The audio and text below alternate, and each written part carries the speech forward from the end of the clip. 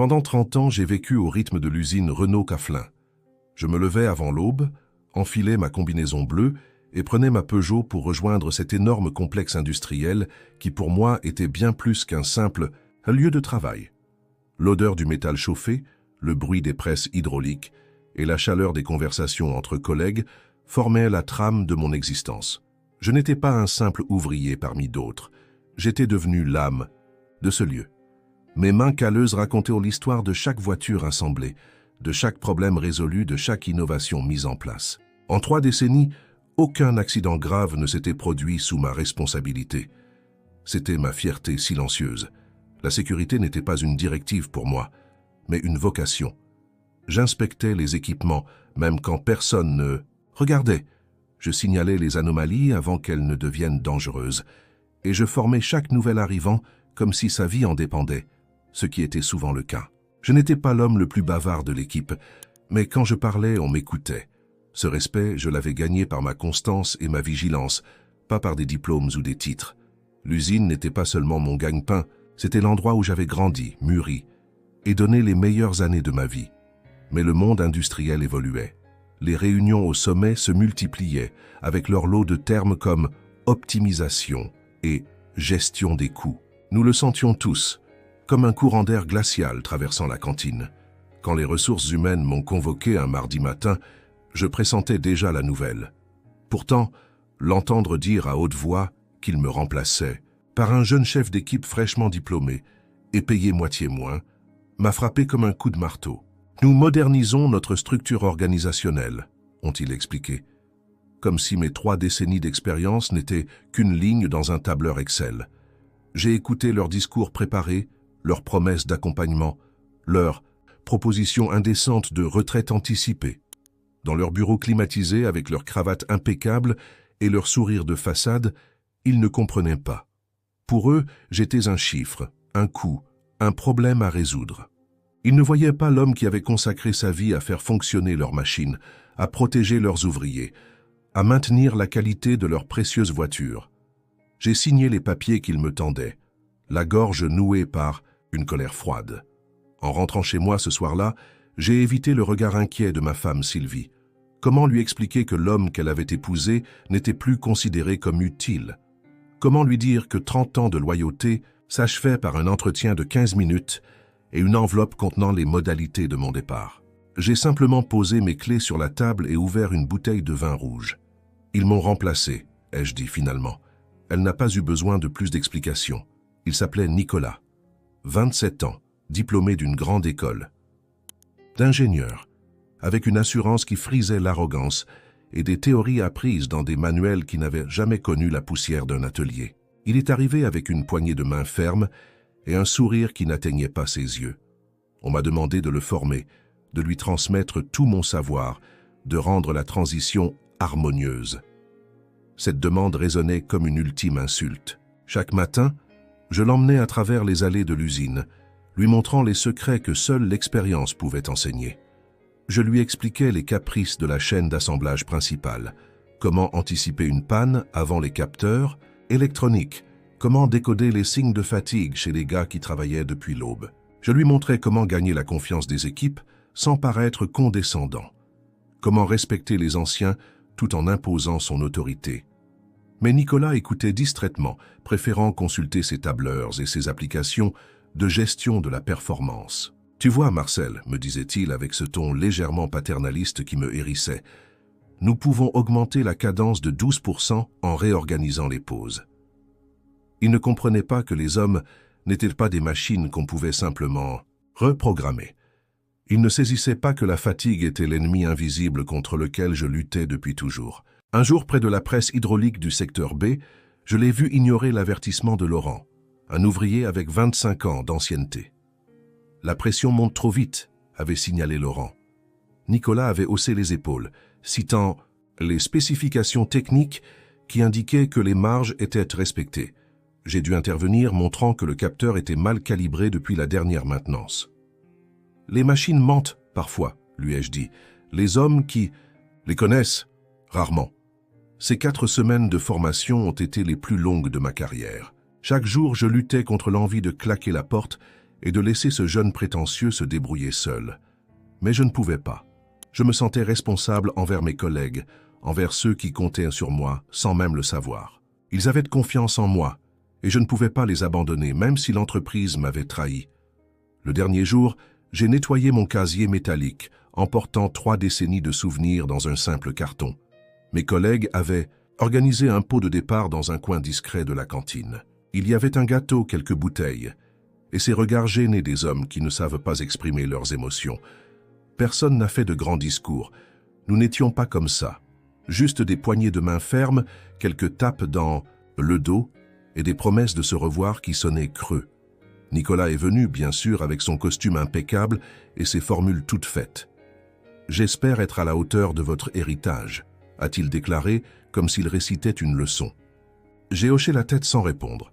Que pouvais-je dire? Que je doutais qu'il comprenne un jour ce que signifiait vraiment mon héritage, qu'il apprendrait peut-être à ses dépens que les fiches techniques ne remplacent pas l'instinct. J'ai simplement serré sa main et lui ai souhaité bonne chance. Il en aurait besoin. En sortant de l'usine ce soir-là, j'ai regardé une dernière fois la silhouette massive du bâtiment où j'avais passé plus de temps qu'à mon propre domicile. Les lumières brillaient encore. Les machines tournaient toujours. Le monde continuait sans moi. J'ai démarré ma voiture et suis parti sans me retourner, emportant avec moi le bruit des machines comme une berceuse qui ne s'arrêterait jamais complètement. La retraite forcée m'allait comme un costume mal taillé. Je me réveillais toujours à 4h30 par habitude, tendant l'oreille vers un réveil qui ne sonnerait plus jamais. Le silence de notre pavillon de banlieue me pesait. J'errais dans les pièces comme un fantôme, cherchant une occupation qui pourrait remplacer le vrombissement des machines et l'urgence des responsabilités. Je bricolais sans conviction, réparant des objets qui n'étaient pas vraiment cassés, organisant méthodiquement un garage déjà impeccable. Sylvie observait ma dérive silencieuse avec une inquiétude grandissante. Elle suggérait des sorties, des activités, des rencontres avec d'anciens collègues. Je hochais la tête pour lui faire plaisir, mais mon esprit restait accroché au mur de l'usine. La nuit, je rêvais de pannes catastrophiques, d'accidents que je n'étais plus là pour empêcher. Je me réveillais en sueur, le cœur battant, cherchant instinctivement ma radio qui ne quittait jamais ma table de nuit pendant 30 ans. « Tu devrais appeler Jean-Pierre », me conseillait régulièrement Sylvie, parlant de mon ancien adjoint, qui prenait encore de mes nouvelles. Ou peut-être rejoindre l'association des anciens de Renault? Je ne répondais pas. Comment expliquer que je ne voulais pas être un ancien, une relique, un souvenir? Comment expliquer que les histoires de pêche et de jardinage des retraités me semblaient aussi éloignées de ma réalité que les contes pour enfants? Un matin, en lisant le journal local, je suis tombé sur un article consacré à l'usine. On y célébrait la modernisation et les résultats exceptionnels obtenus depuis la restructuration. Une photo montrait Nicolas, souriant, entouré de cadres en costume pointant fièrement un graphique ascendant. J'ai refermé brutalement le journal, une bile amère remontant dans ma gorge. Ainsi j'avais tort.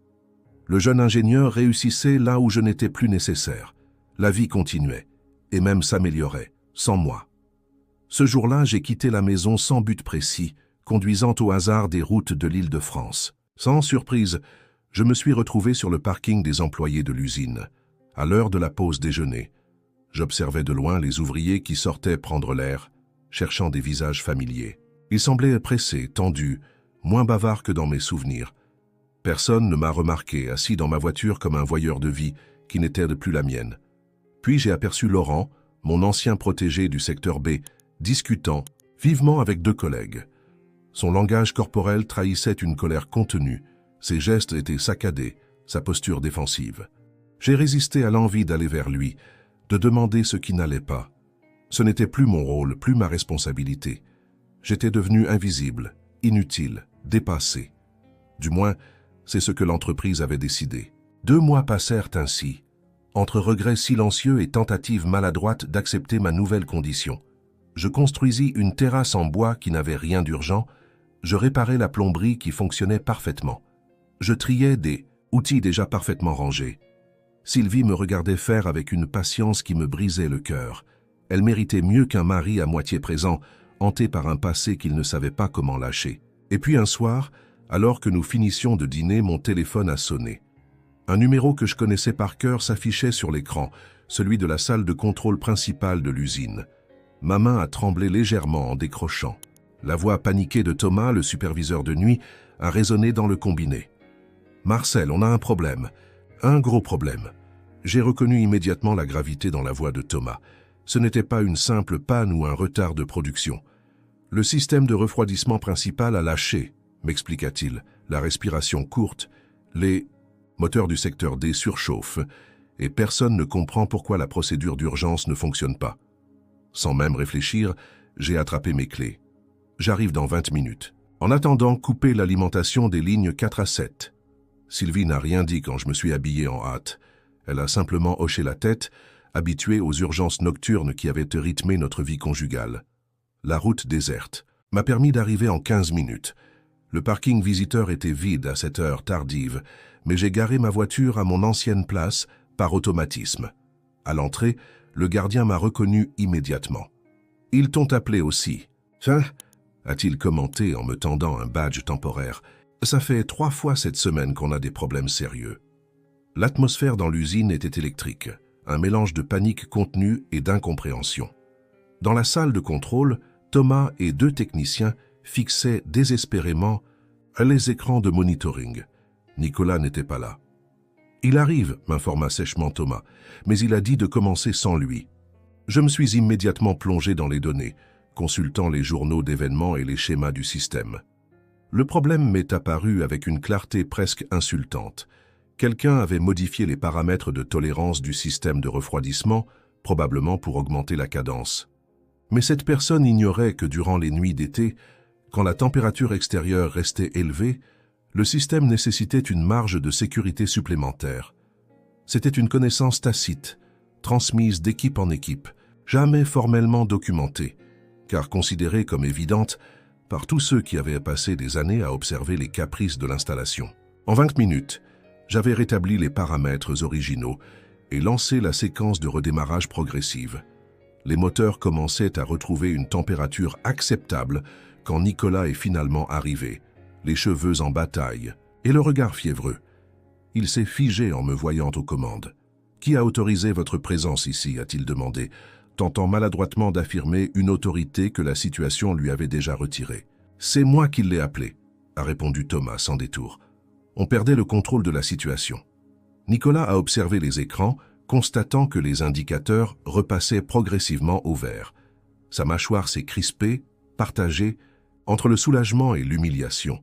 « Comment avez-vous » a-t-il commencé. « Les paramètres que vous avez modifiés, l'ai-je interrompu calmement. Ils fonctionnent bien en journée, mais pas la nuit, pas en été. L'usine respire différemment, selon les heures et les saisons. Dans les jours qui suivirent, d'autres appels sont venus. Un problème d'alimentation au secteur A. Une série de pièces défectueuses inexpliquées. Un conflit entre 2 équipes que personne n'arrivait à résoudre. Chaque fois, je répondais « présent par loyauté envers l'usine et ses hommes », certainement pas pour Nicolas ou la direction. Je restais le temps nécessaire, résolvais le problème puis repartais silencieusement, comme un fantôme refusant de hanter définitivement les lieux. Ces interventions me ramenaient à la vie tout en ravivant ma blessure. J'étais simultanément indispensable et rejeté, expert et dépassé, respecté par les hommes et ignoré par la hiérarchie. Cette contradiction me déchirait, mais je ne pouvais m'empêcher de répondre à chaque appel, comme un ancien amant incapable de couper le dernier fil qui le reliait à un amour perdu. Sylvie observait ce manège avec un mélange de compréhension et d'inquiétude. « Il profite de toi », me disait-elle doucement. « Il t'utilise sans reconnaître ta valeur. » Je savais qu'elle avait raison, mais j'étais incapable de refuser ses appels au secours. Quelque chose en moi avait besoin de ces moments, de cette adrénaline, de ce sentiment d'utilité qui me manquait cruellement depuis mon départ forcé.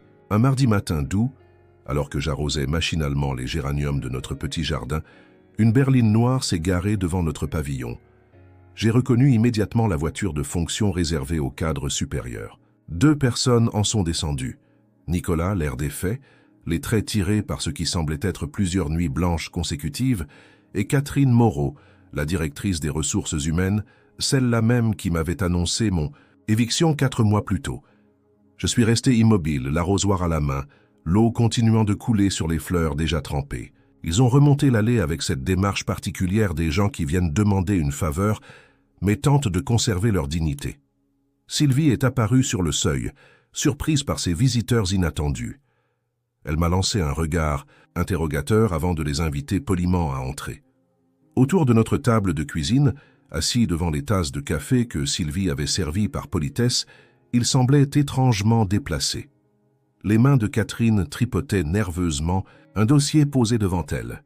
Nicolas fixait sa tasse, incapable de soutenir mon regard. « Nous avons un problème majeur », a finalement déclaré Catherine, abandonnant la langue feutrée des ressources humaines pour une franchise inhabituelle.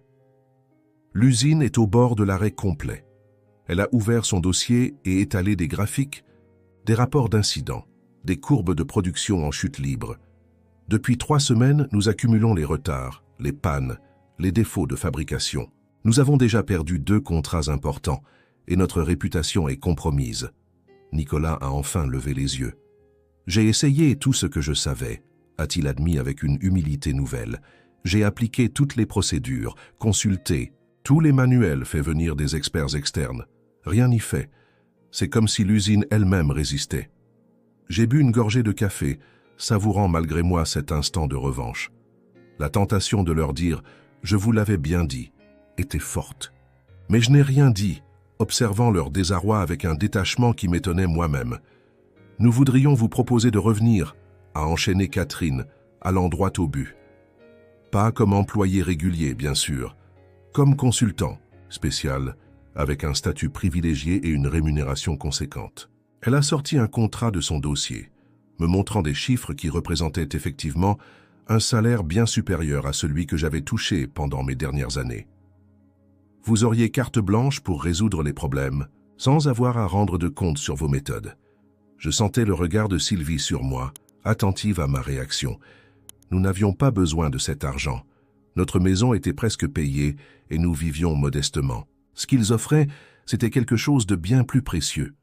Une reconnaissance tardive et amère de mon expertise, de ma valeur, de tout ce qu'ils avaient cru pouvoir remplacer par des diplômes et des algorithmes. Pourquoi maintenant? Ai-je demandé calmement. Pourquoi pas après le premier incident majeur ou le second? Qu'est-ce qui a changé? Nicolas a baissé les yeux à nouveau. C'est Catherine qui a répondu avec une franchise surprenante. La direction générale s'est finalement rendue à l'évidence. Nous perdons trop d'argent, et certains ouvriers ont menacé de faire grève si on ne trouvait pas rapidement une solution. Ils ont même mentionné votre nom, a ajouté Nicolas, explicitement. Ramenez Marcel ou ça va exploser. Voilà ce qu'ils ont dit. J'ai regardé par la fenêtre de la cuisine, vers le petit jardin que j'entretenais sans passion depuis mon départ forcé. J'ai pensé aux hommes et aux femmes de l'usine, à leur confiance, à leur savoir-faire méprisé, à leur dignité bafouée par des décisions prises dans des bureaux climatisés par des gens qui n'avaient jamais senti la chaleur d'une machine, en fonctionnement. Je ne reviendrai pas pour vous, ai-je dit finalement, ni pour vos chiffres ou vos contrats. Le visage de Catherine s'est décomposé. Mais je reviendrai pour eux, ai-je poursuivi. Pour les gars qui font tourner cette usine malgré tout ce qu'on leur impose. À une condition, je veux que mon retour soit annoncé officiellement, avec la reconnaissance de l'erreur qui a été commise. Franchir à nouveau le portail principal de l'usine, mon badge consultant autour du cou, provoqua en moi un mélange troublant d'émotions. Les bâtiments étaient identiques, mais l'atmosphère avait changé. Une tension palpable flottait dans l'air, comme l'électricité statique avant un orage. Les visages que je croisais oscillaient entre soulagement et scepticisme. La nouvelle de mon retour s'était répandue comme une traînée de poudre. La direction avait accepté mes conditions, non sans réticence. Une note officielle reconnaissant l'importance de l'expérience pratique dans la gestion de l'usine avait été diffusée. Sans s'excuser explicitement, elle admettait à demi-mot l'erreur stratégique commise. Pour ces hommes en costume, c'était déjà un effort considérable d'humilité. Durant la première semaine, je me suis contenté d'observer. J'ai parcouru chaque recoin de l'usine, écouté les équipes, examiné les machines, analysé les incidents récents. Je n'ai pas imposé de changements brutaux, ni donné d'ordre péremptoire. J'ai simplement absorbé les dysfonctionnements, comme un médecin ausculte patiemment un patient avant de poser son diagnostic. Ce que j'ai découvert dépassait mes craintes. Au-delà des problèmes techniques, c'était le tissu humain de l'usine qui s'était désagrégé. La confiance avait disparu, remplacée par une méfiance généralisée. Les équipes ne communiquaient plus entre elles. Les ouvriers expérimentés gardaient désormais leurs connaissances pour eux par peur d'être considérés comme obsolètes. Les plus jeunes, désorientés, suivaient aveuglément des procédures qu'ils ne comprenaient pas. Nicolas me suivait comme une ombre, oscillant entre fierté blessée et désir d'apprendre. Je ne cherchais pas à l'humilier, comprenant peu à peu que lui aussi était victime d'un système qui valorisait les théories abstraites au détriment de la connaissance pratique. Un matin, près de la chaîne de montage du secteur C, il m'a surpris par sa franchise. « Comment faites-vous pour savoir qu'une machine va tomber en panne avant même qu'elle ne montre des signes de dysfonctionnement ?» m'a-t-il demandé. « Je l'écoute, m'ai-je répondu simplement. Mais les capteurs détectent ce qu'on leur a appris à détecter. Mais une machine parle de 1000 façons. Un changement subtil dans sa vibration, une odeur différente, un échauffement imperceptible sous les doigts, ce sont des choses qui ne se programment pas. Progressivement, j'ai commencé à reconstruire les ponts rompus. J'ai organisé des réunions informelles où les anciens étaient encouragés à partager leur savoir-faire. J'ai mis en place des binômes associant expérience et jeunesse. J'ai rétabli les moments de convivialité qui avaient été supprimés au nom de l'efficacité. Les pauses café communes, les repas d'équipe, les petites célébrations après un objectif atteint. La production a repris son rythme, les pannes sont devenues plus rares, la qualité s'est améliorée. Mais ce qui me rendait le plus fier, c'était de voir renaître cet esprit collectif qui avait toujours été l'âme invisible de l'usine. Les hommes retrouvaient leur dignité, leur sentiment d'appartenance, leur fierté professionnelle. 3. Mois après mon retour, lors d'une réunion avec la direction, Catherine m'a demandé avec une pointe d'inquiétude dans la voix « Combien de temps comptez-vous rester ?» J'ai regardé Nicolas assis à côté de moi. Il avait changé. Sa suffisance avait fait place à une humilité nouvelle. Il écoutait désormais avant de parler, observait avant d'agir. Il commençait à comprendre que les machines étaient plus que des assemblages de pièces, que les hommes étaient plus que des ressources à optimiser. « Je resterai le temps qu'il faudra », ai-je répondu, « le temps que Nicolas soit prêt. » Cette fois-ci, ce n'était pas un départ forcé qui m'attendait, mais une transmission voulue. Je n'étais plus celui qu'on remplaçait, mais celui qui choisissait, son successeur. Cette différence fondamentale avait transformé ma blessure en fierté tranquille. Un vendredi soir, 6 mois après mon retour, j'ai invité Nicolas à prendre un verre après le travail. Une première. Dans le petit bistrot en face de l'usine, entre 2 gorgées de bière, je lui ai confié ce que je n'avais jamais dit à personne. Tu sais, quand ils m'ont remplacé par toi, ce n'est pas le manque de respect qui m'a fait le plus mal. C'est l'idée que tout ce que j'avais appris, tout ce que je savais allait disparaître avec moi. Comme si 3 décennies d'expérience ne valaient rien, ne méritaient pas d'être transmises. Nicolas a hoché la tête, pensif. « J'ai été arrogant », a-t-il admis. « On m'a appris que les données et les algorithmes pouvaient tout résoudre. Personne ne m'avait dit que certaines connaissances ne peuvent pas être numérisées. » J'ai souri, satisfait. L'usine était entre de bonnes mains désormais. Des mains qui savaient à la fois manier les outils numériques et sentir le pouls des machines. Des mains qui respectaient autant les chiffres que les hommes. Le lundi suivant, j'ai commencé à écrire ce que j'appelais le livre invisible, tous ces savoirs tacites, ces astuces, ces observations que l'expérience m'avait enseignées et qu'aucun manuel ne mentionnait. Non pas pour remplacer l'apprentissage sur le terrain, mais pour rappeler que certaines connaissances précieuses ne se trouvent pas dans les bases de données. Pour que personne n'oublie jamais la valeur irremplaçable de l'expérience humaine.